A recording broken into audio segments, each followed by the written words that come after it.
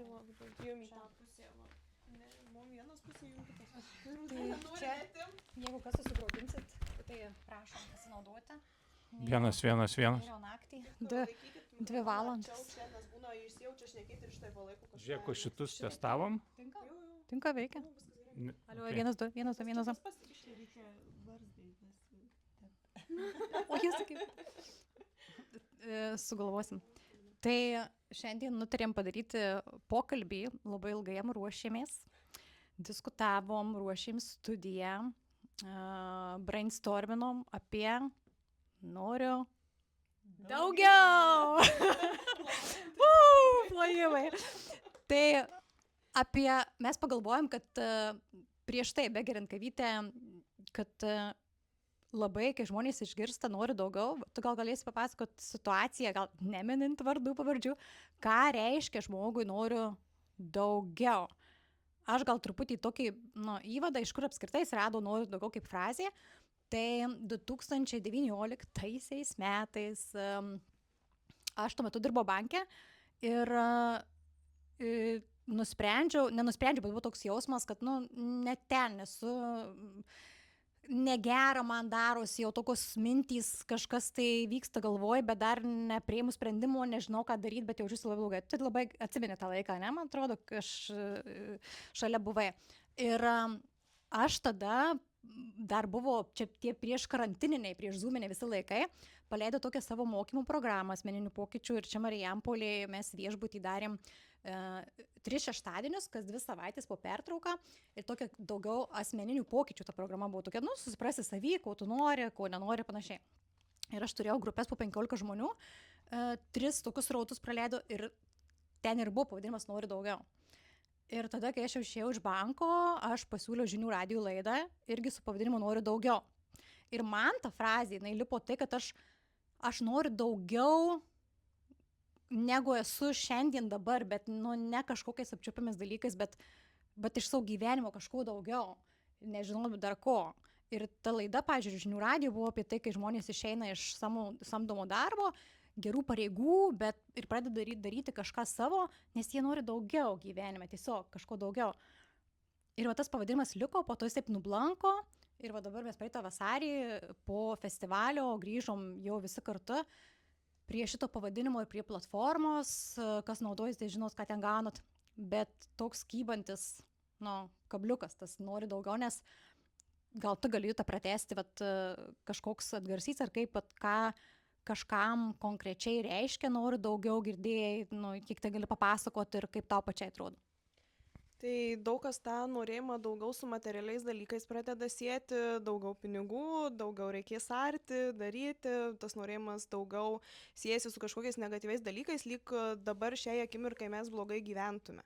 Bet iš tikrųjų tas norėjimas daugiau tai nėra, kažkam gal yra apie materialius dalykus, apie tai, kad dabar yra blogai, bet norėjimas daugiau nebūtinai reiškia, kad dabar yra blogai. Gal mes tiesiog norim ateiti kitaip, daryti dalykus, dabar yra gerai, bet mes norim ateiti kažkaip kitaip, gyventi kažkokią kitą viziją, matom savo ateities, tai aš čia taip labiau galvoju, kad pavyzdžiui, kai aš išėjau iš samdomo darbo, tai mano tas motyvacija buvo, kad aš tiesiog noriu daugiau laisvės daryti tai, ką aš noriu, kad man nereikėtų atėjus nuo ryto iki vakaro sėdėti ir būtinai iki 5, nes negali anksčiau išeiti. Kokiam samdomam darbe buvai? Nežinau, tiesiog samdomas darbas, tai buvau kaip marketingo specialistė tiesiog samdomam darbe. Ir žodžiu, būdavo taip, kad ateini iš ryto ir turi atsėdėti būtinai iki vakaro, nes kiti kolegos labai pyksta, jeigu tu anksčiau išeini ir taip, ten, žodžiu, nuoskaudos prasideda visokios. Tai man buvo noras daugiau laisvės turėti, bet nebuvo noras kažkaip mažiau dirbti tuo metu, bet gal tos savirealizacijos labai trūko. Tai ta motyvacija man buvo norėjimas daugiau, laisvės daugiau, ką gavau. Tai dabar jau kiti dalykai, dabar jau gal daugiau tos ramybės norisi versle, to stabilumo kažkokio, tokių dalykų. Tai keičiasi tas noriu daugiau, manau, ir nuo etapų gyvenimo. Jau Marius kažką nori pasakyti. Jo, aš irgi noriu. Čia kai yra toks juokas, bajeris, kaip ten sako, dirbau nuo 9 iki 5, bet norėjau daugiau laisvės, tai susikūriau savo darbą, tai dabar dirbu 24/7. Bet čia realybė, čia ne bairis yra, nes tu, ta prasme, nu, gal kažkas labai moka atsiribot, bet tu realiai visą laiką tu dirbi, tavo net dalim laisvalaikis tampa tavo darbu, nes tu bendrauji su žmonėms, su kuriais tu dirbi.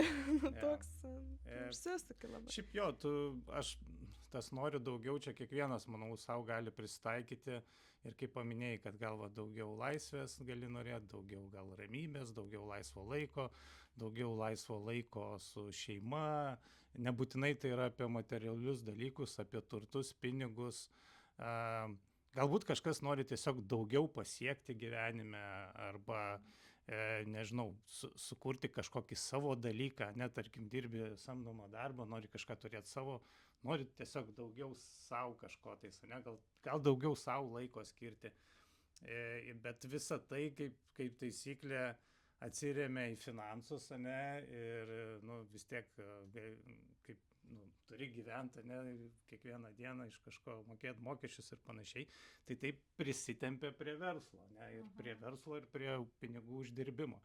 Tai bet be to nebūtų ir kitų dalykų, tai aš taip kažkaip mąstau. Tai aš tai labai pritariu, aš, pavyzdžiui, nieko net nematau blogo iš to, kad žmonės nori daugiau kažko materialaus. Nes, akivaizdu, kad jeigu kažkokį poreikį nepatenkinti ar ne, kažkas galbūt, bute mažam gyvena, ten, sakykim, 2 kambarių butas ir 3 vaikai, ne, tai normalu, kad žmogus nori daugiau erdvės, namo, galbūt užmiestį ir panašiai, tai didžiulis finansus kainuoja ir tai materialu, bet tai ir, tas iki tam tikros ribos, bet neatsimenu kokiuose knygose, podcastuose, kad kai sako, pinigai laimės neatneša, tai jau yra įrodyta, kad atneša laimę pinigai, tik tai yra jos tas kiekis proporcingai, tas stiprumas tos laimės mažėja su pinigų kažkaip kiekio, ne, kad, ta prasme, iki tam tikros pinigų sumos laimė kyla stipriai, tada pinigai stipriai kyla, o laimė kyla mažiau. Bet iš esmės, kad tai yra surišta su finansiniais dalykais, tai viskas yra ok. Bet man tas klaustukas labiau niuansas, kad, tarkim, kažkoks buvo irgi aš istoriją vienam įkėliau, ką jums reiškia noriu daugiau, tų reakcijų nedaug aš ten sulaukiau, ten 10 gal net nebuvo, bet, nes aš pastebėjau, kad žmonės, jeigu duodi laukelį įrašyti kažką, jie labai, nemėgsta rašyti. Atviras klausimas. Jo, bet kai balsuoti, tai balsuoja belenkiek. Tai daviau ten įrašyti ir tų atsakymų nedaug buvo, bet vienas atsakymas mane truputį taip suglumino, nes jis buvo toks, gana toks negatyvus, kad va čia tada tų daugiau, kokie jūs čia materialistai, daugiau skatinat norėti žmonių. Ir aš tada galvoju, o kodėl tas žmogus tai parašė? Nes, man, pavyzdžiui, frazė noriu daugiau tik pozityvi, antie tokia entuziastinga, pozityvi, smagi, tokia, faina yra. O tam žmogui, tokia negatyvi, tokie, kur kažkokie ar tai įsitikinimai, ar kažkokios patirtys iš seniau, kad tai yra gobšumas gal kažkoks, tai ten neigiamas emocijos žmogui sukėlė. Nori kažką pasakyti? Bet, žinai, kai būna kartais, nežinau, tikriausiai visi aplinkoje turim tokių žmonių, kur man čia mažai šaibų, man čia mažai ten to, jie negatyvų padaro tą noriu daugiau, nes jiem visko mažai, jie dar toks, kaip viską į save, tik man visko reikia, bet kad ir tie žmonės dažniausiai būna tokio tipažo, kurie atgal nieko kitiem neduoda ir jie būna tokie, kur viską savo susiglemšt.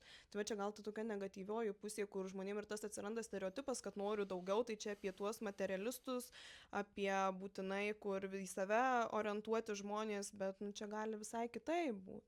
Tai aš tai dar galvoju iš viso, tarkim, jeigu nebūtų žmonių, kurie nepasakytų savo aš noriu daugiau, tai mes turbūt dar su kokiais arkliais važinėtumėm, nes, ta prasme, kažkas norėjo daugiau, kad sukurti automobilį, kad sukurti ten variklį, kad, nežinau, sukurti traukinį ir taip toliau. Ta prasme, tas vidinis žmogaus motyvacija norėti daugiau kažką padaryti, daugiau kažką nuveikti, galų galia žmonijos labai, tai veda į priekį visą žmoniją ir visą inovaciją. Tai čia ne tik apie asmeninį kažkokį materializmą. Tai man Rūtai dabar pasisakys ir aš trumpai. Išgirs balsą publiką. Taip, labą dieną. Dabar patylėsiu. Mano atsakymas buvo tyla. Noriu ramybės. Ne, iš tikrųjų, tai man noriu daugiau, tai visiškai, ta prasme, taip, su pinigais dalinai taip, bet man pirma tokia mintis, noriu daugiau sužinoti, daugiau išmokti, daugiau pamatyti, man asmeniškai daugiau pakeliauti. Nu, kažkaip aš su tuo sieju šitą pavadinimą labiau, negu ten su, čia kiekvienas turbūt per savo prizmę, kaip sakyti. Ar kaip pat prieš tai minėjai tą situaciją, tai čia per gobšumą grinai toks, ta prasme, žmogaus parodo. Tai va, o gali pratesti. Aš dar galvoju, kad tie, kur komentuoja, kad jūs čia gobšus, ten materialistai ir panašiai, tai tiesiog yra žmonės, kurie pavydi ir kur patys galbūt biškit pritingi, kažko nepaveikia, nepadaro ir ta prasme tada yra labai lengva visus kitus kaltinti, kad jie tokie, o čia man nesiseka, tai aš čia žinai teisus. Aš žinai, bet prie tokių žmonių, nu, nedaug jų pasitaiko, bet būna vis, ypatingai kai mokamas reklamas paleidžiama, ne, kažkas išlenda tokių, kur pavyzdžiui, webinarą reklamuojam ir po to, tai čia jūs pardavinėsit po to narystę. Ir aš galvoju, o tai apskritai, kaip šitas pasaulis sukasi, nu taip, pardavinėsim, mūsų darbas yra, mes susikūrim šitą darbą, ar ne, šitą projektą, čia yra mūsų darbas suteikti vertę kitiem, tai nes tada gaunasi taip, kad pagal juos turi viskas būti nemokamai, ir net ta prasme, kad viską mes turim dirbti nemokamai visiems, duoti žinias, bet jie tai uždirbs iš mūsų žinių, tada, tai man toksai atsiduria, kur irgi tada kas čia ir ko nori daugiau. Ir aš garantuoju, kad jie, netgi jeigu gautų viską nemokamai, tai jie nieko nedarytų ir nepadarytų, ne. Čia kaip taisyklė. Bet man įdomus dar kampas, kur Rūta palietė, mes dabar taip filosofiškai, o Rūta, ir, nu, aš žinau, dėl ko jinai tai pasakė, nes tu, Rūta, ilgą laiką buvai vienam darbe, 17 metų, ne? Ir tu mane kartą buvai pasakęs, kad kai mes dalyvavom, ir akceleratorių programų, ir kiek visko naujo, turi išmokti, pamatyti, kur atrodo, nu, jau suaugęs žmogus, jau kaip ir patirtį, profesinę karjerą, visą kitą turi, o pasirodo dar tiek, aš nesuprantu, nežinau.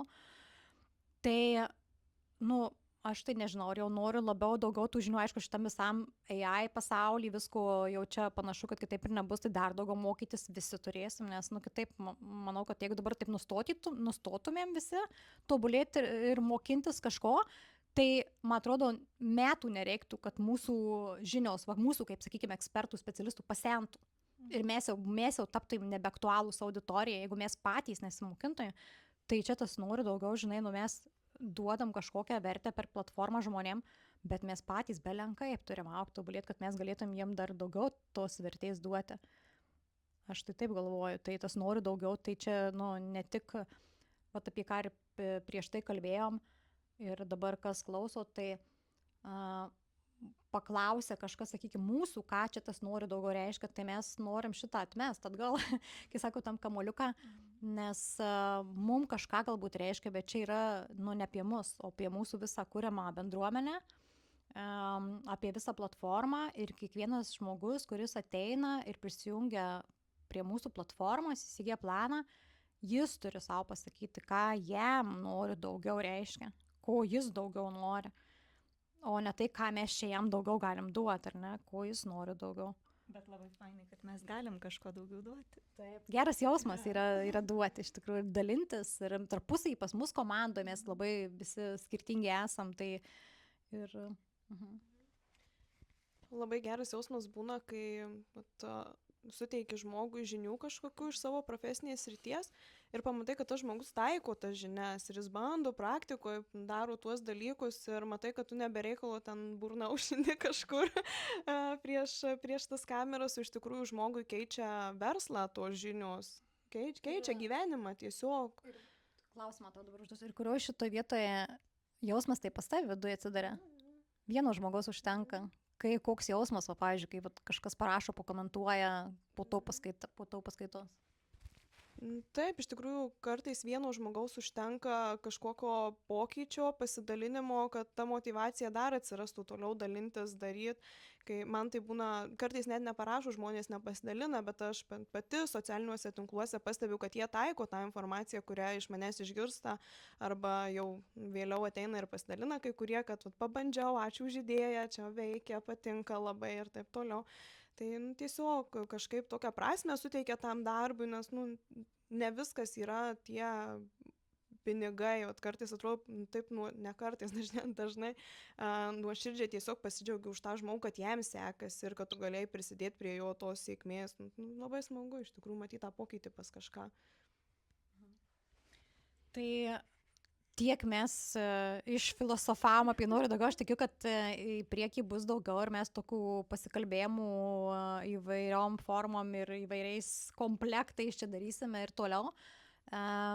Bet pabaigai norėčiau paprašyti pakomentuoti po šio video, ką tau reiškia jums. Mes čia dar tarėmės, kaip vadinti jūs ar tu. Mes kažkaip nusprendėm, kad tu, bet aš kažkaip, būna dar maišausi. Atrodo, jūs toksai saugesnis bendras variantas, bet nesvarbu, nepykit, jeigu netinka kreipinys. Bet vat, ką tau reiškia noriu daugiau?